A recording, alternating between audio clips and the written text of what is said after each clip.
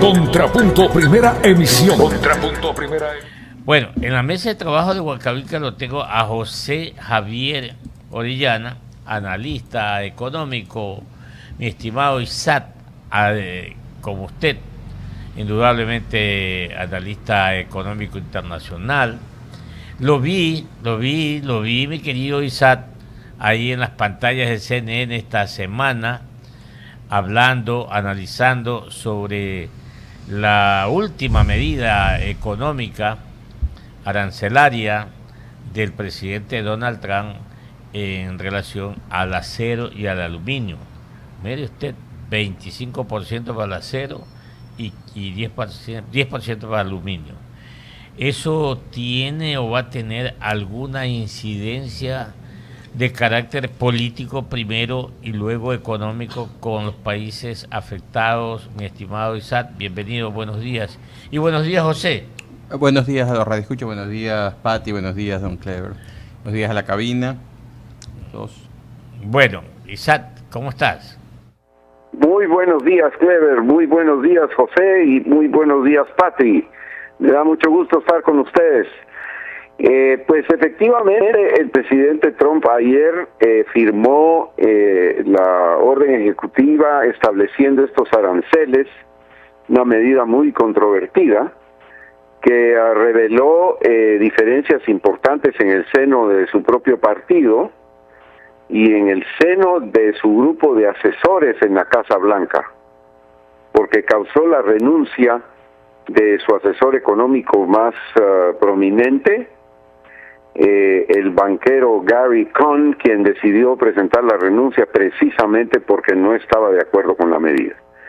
A su vez, el profesor Peter Navarro, que es el partidario de esta política proteccionista, ha estado haciendo comentarios en los programas de televisión y de radio, pues lleno de satisfacción porque su posición proteccionista pues salió reivindicada con motivo de la decisión del presidente. El Partido Republicano se mostró sorprendido por la medida. En el seno del Congreso, un grupo de 100 representantes de la Cámara le escribieron una carta al presidente pidiéndole que reconsiderara la medida, pero no lo hizo. El líder de la mayoría republicana en el Senado, el senador Mitch McConnell de Kentucky, hizo lo mismo, propuso que tuvieran un poco de más cuidado con esto. El congresista Paul Ryan de Wisconsin, quien es el líder de la mayoría en la Cámara de Representantes, hizo lo mismo. Públicamente le pidió al presidente que no lo hiciera, pero a pesar de todo el presidente tomó la decisión. Así que estamos frente a una decisión adoptada en contra de la opinión de la mayoría del Partido Republicano y en contra de una parte importante de sus asesores de parte del presidente. 7:41 minutos, usted, José. Buenos días, ¿cómo estás? Una pregunta, a ver. Al excluir a Canadá y a México, que son el primer mercado de donde proviene el primero y el cuarto de los mercados de donde proviene el acero, y creo que México es el cuarto en aluminio que hacia Estados Unidos, ¿no se baja mucho el impacto de la medida desde el punto de vista que decía Trump? Bueno, efectivamente, lo que pasa es que yo tengo la impresión de que primero anunciaron la medida aplicable para todos los proveedores, indistintamente del monto,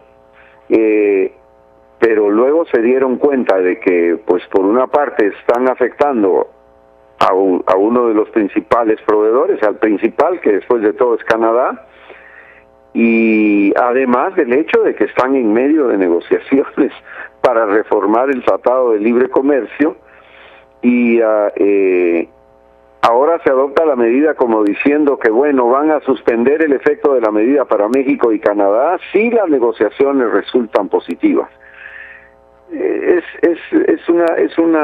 Yo creo que es reflejo de una cierta improvisación que realmente no justipreciaron bien el impacto de la medida. pero por lo menos ahora exceptuaron a dos gobiernos amigos que son los aliados comerciales de Estados Unidos y que por lo menos se dice que durante 30 días no les van a aplicar la medida mientras se resuelven las negociaciones del Tratado de Libre Comercio. Entonces, yo pienso que no habían ponderado todas las consecuencias de lo que estaban haciendo en rigor. Revela una cierta improvisación haber retrocedido en el caso de Canadá y de México. Supuestamente la idea al presidente Trump se le ocurrió de un momento a otro porque su gabinete no estaba informado de lo que, al menos las noticias que he podido leer internacionalmente, que fue más una ocurrencia que de Trump a último momento. Bueno,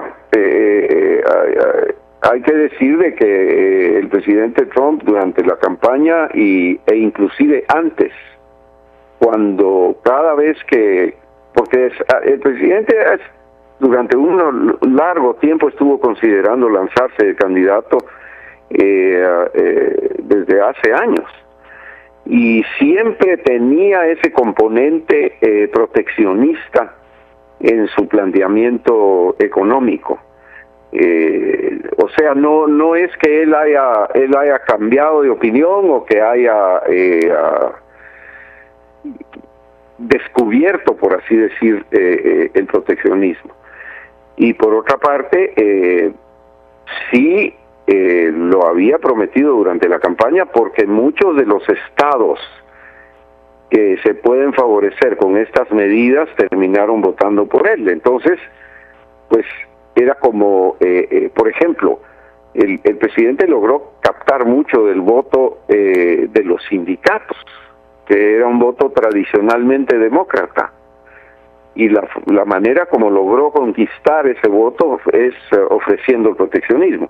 Y por otra parte, designó como asesor de campaña muy temprano al profesor Peter Navarro, de la Universidad de California en el campus de Irvine, donde él tenía una conocida trayectoria proteccionista. Había publicado un libro en contra de China, por ejemplo, criticando la política económica de China, hasta una película, parece que había un documental, parece que había hecho sobre este tema, y se convirtió en un asesor de campaña muy temprano, y al asumir la presidencia lo designó a una posición muy importante, con acceso directo a él. Esto había cambiado porque el profesor Navarro había perdido esa categoría y lo había puesto el general Kelly, que es el jefe de Estado Mayor de la Casa Blanca, lo había puesto por debajo de el señor Gary Cohn, que fue finalmente el que terminó renunciando. O sea que definitivamente la batalla aquí la ganaron los proteccionistas. Vamos 1-0, como dicen los enterados del fútbol. Ahora es bastante chistoso, ¿no? En una época Trump era demócrata. Todavía me acuerdo, creo que fue candidato demócrata en los 90, creo. Pero Estados Unidos sí ha tenido temas proteccionistas. O sea, el presidente Reagan fue bastante proteccionista. El presidente Bush papá pidió el tratado de restricciones voluntarias de cotas voluntarias a Japón. Bush hijo hizo un tipo de elevación en los aranceles en el acero, si la memoria no me traiciona, en el 2002. Así es, efectivamente. El proteccionismo, digo yo, es como el ombligo, todos tenemos. Lo que pasa es que es una política que se practica para responder a intereses muy específicos.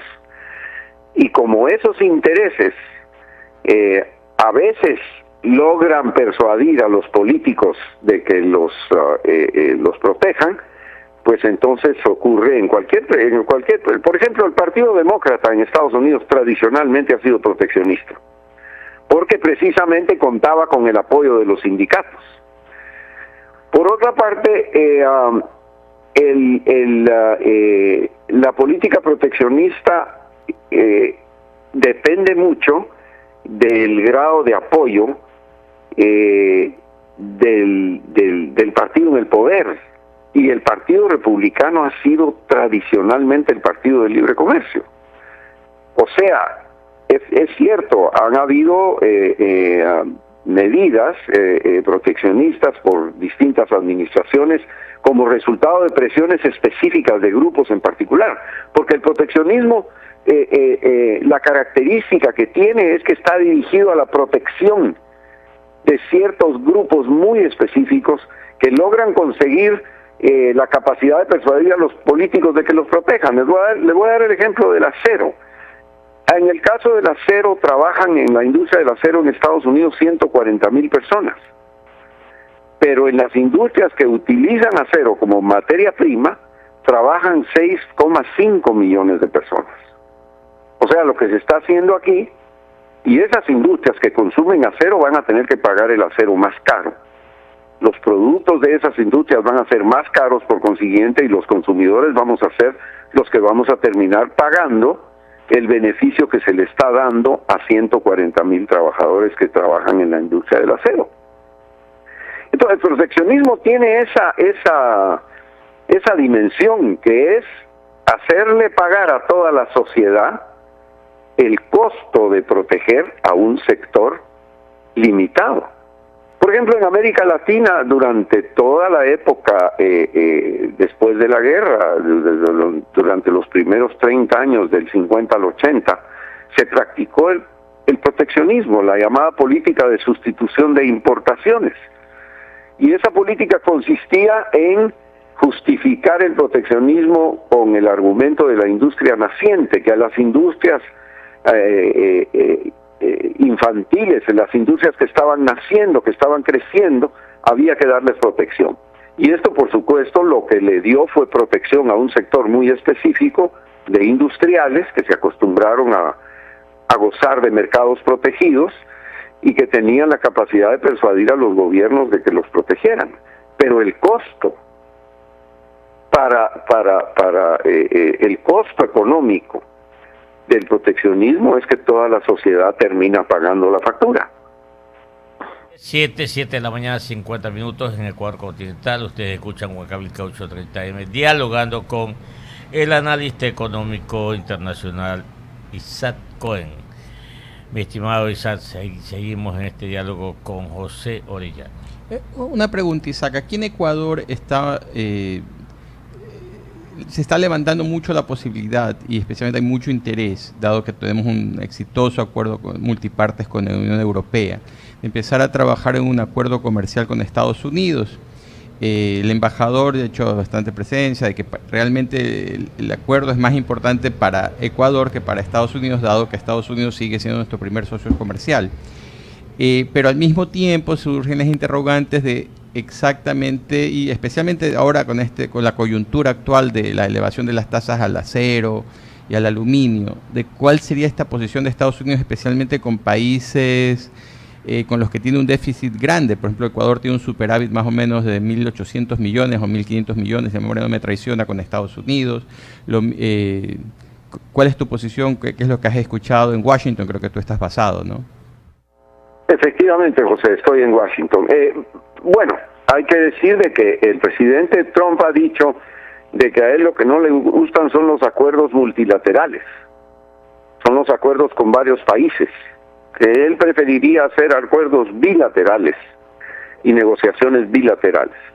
Esa es la expresión de política respecto a los acuerdos comerciales. Ha criticado mucho al Tratado de Libre Comercio de América del Norte, por ejemplo, con México y Canadá. Se salió del tratado transpacífico, de la Asociación Transpacífica, que se firmó, por cierto, ayer en Chile, por los 11 países que sí se quedaron dentro del acuerdo y Estados Unidos prefirió quedarse fuera. Nuevamente un acuerdo multilateral.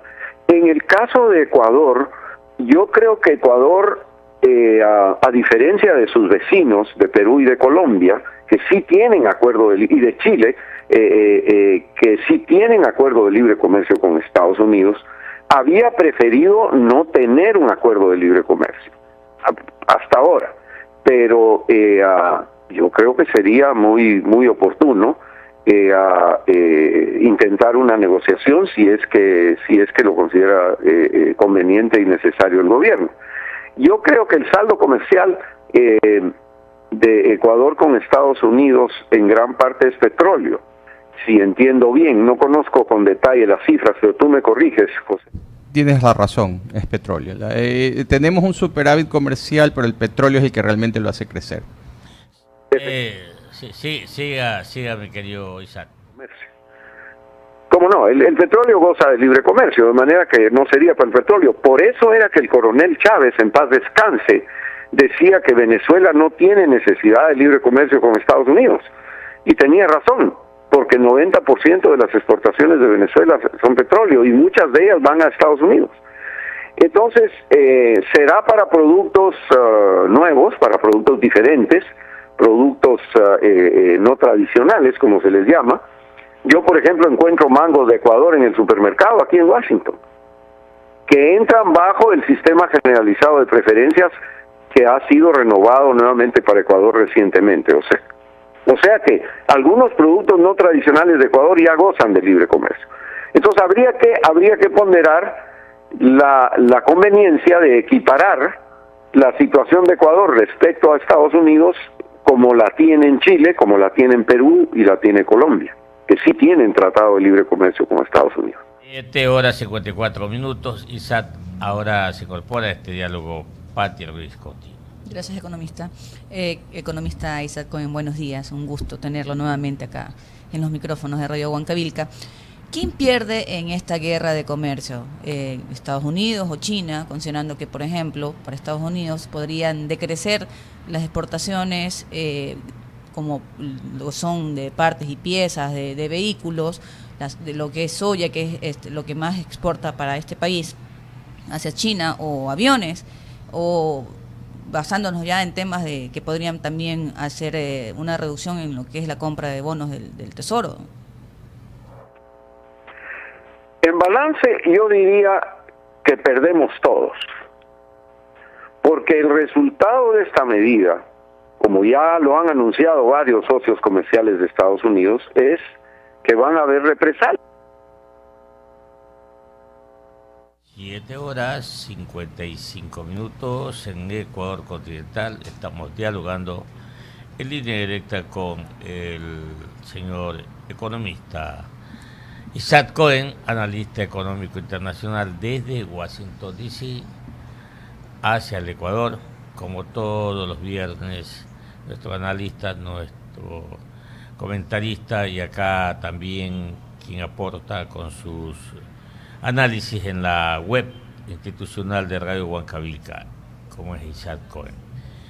Ya lo tenemos nuevamente en línea a Isaac para que continúe en la respuesta a la pregunta de Patti. Ya restablecimos la línea. Adelante, Isaac. Efectivamente, disculpas, creo que se cayó la conexión.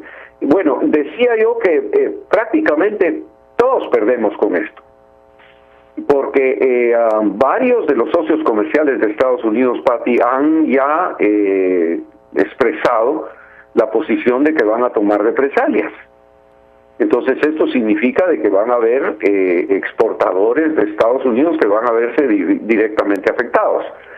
Para no hablar del costo para los consumidores, que es los consumidores en Estados Unidos quienes van a tener que pagar más caro, como decía, los productos del acero. Entonces entramos en una situación en donde si las represalias toman cuerpo, prácticamente los perdedores vamos a ser todos. Entonces, y ya se han anunciado algunas medidas. Por ejemplo, la Unión Europea ya anunció las represalias a las a las motocicletas Harley Davidson, por ejemplo, que son producidas en el estado de Wisconsin. Y de donde viene, por cierto, el líder de la mayoría republicana en la Cámara de Representantes, el congresista Paul Ryan. Anunciaron también represalias contra el whisky bourbon, producido en el estado de Kentucky, que es el estado del líder de la mayoría republicana en el Senado. Entonces, como que hay una respuesta. Está el tema de la soya, que es un tema muy importante.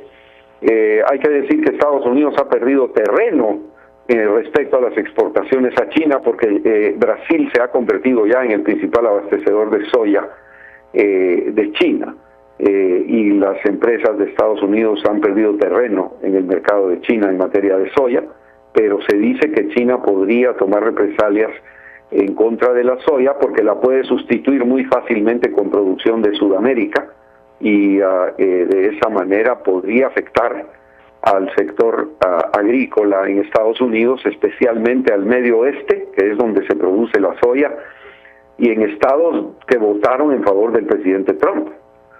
Entonces, yo creo que el costo es así como se dice que en el comercio ganan todos, en el comercio internacional ganan todos, en el retroceso del comercio internacional, que significa proteccionismo, pierden todos. 7:59 en el Ecuador continental. Bueno, Isaac, esperemos que las cosas no vayan a mayores. Coméntanos cortito cómo ha visto la comunidad norteamericana esta aceptación a la invitación que le ha hecho el presidente líder de Corea del Norte, ¿no? El chinito coreano, digo yo, al presidente Trump, y ha aceptado. Efectivamente, la noticia impresionante del día de ayer, creo que es el resultado de esa diplomacia olímpica que se dio durante los Juegos Olímpicos de Invierno, en donde el gobierno de Corea del Sur empezó a hablar directamente con el gobierno de Corea del Norte, y es el resultado de esa diplomacia. Creo que es una medida muy muy positiva. En un momento se habló de que podía haber la posibilidad de un ataque nuclear, o en fin, ese tipo de escenario espantoso, y yo creo que disminuye la tensión en esa parte del mundo, que creo yo que es un asunto positivo. Es interesante que la reunión se vaya a dar entre los dos mandatarios a ese nivel. Yo creo que no hay que esperar que salgan de ahí decisiones muy importantes, pero el gesto creo yo que es muy muy importante para la península coreana, incluyendo al norte y al sur. Yo creo que es un paso muy importante en materia de evitar el conflicto, y que revela pues flexibilidad de parte de todos, flexibilidad por parte del líder de Corea del Norte, flexibilidad de parte de Corea del Sur, y flexibilidad del propio presidente Trump en el sentido de haber aceptado la invitación. Muy positivo, creo yo, para las relaciones en esa parte del mundo. Muy bien, te agradezco muchísimo, como siempre, mi estimado Isaac, con tus comentarios acertados para todos los oyentes de Radio Huancavilca 830 AM, el H grande de la información. Te deseamos un buen fin de semana en casa, porque el frío está muy, pero muy conmovedor ahí en todo lo que se llama la costa este de los Estados Unidos, mi estimado Isaac.